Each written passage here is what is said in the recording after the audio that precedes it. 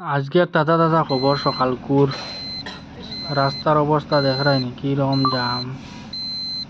একটা গাড়ি টার্নিংয়ের মাঝে ব্রেকডাউন হয়েছে, মেশিনে টানিয়া সাইড লাগার রাস্তা পুরা জাম।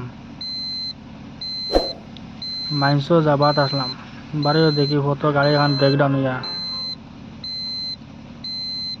টেকার গাড়ি যাটি বা তোরা টেকা দিয়া যাই আমরা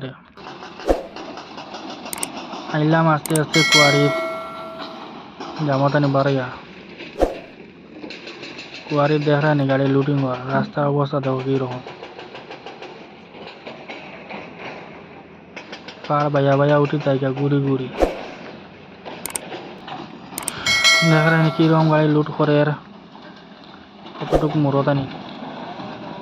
ভিডিওটা একটা লাইক দিয়া কমেন্টের মধ্যে জানাইও যেন কিরকম লাগছে ভিডিওটা, আর ভিডিওটা একটা শেয়ার দিও।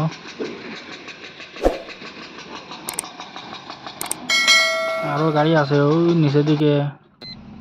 Good bye bye.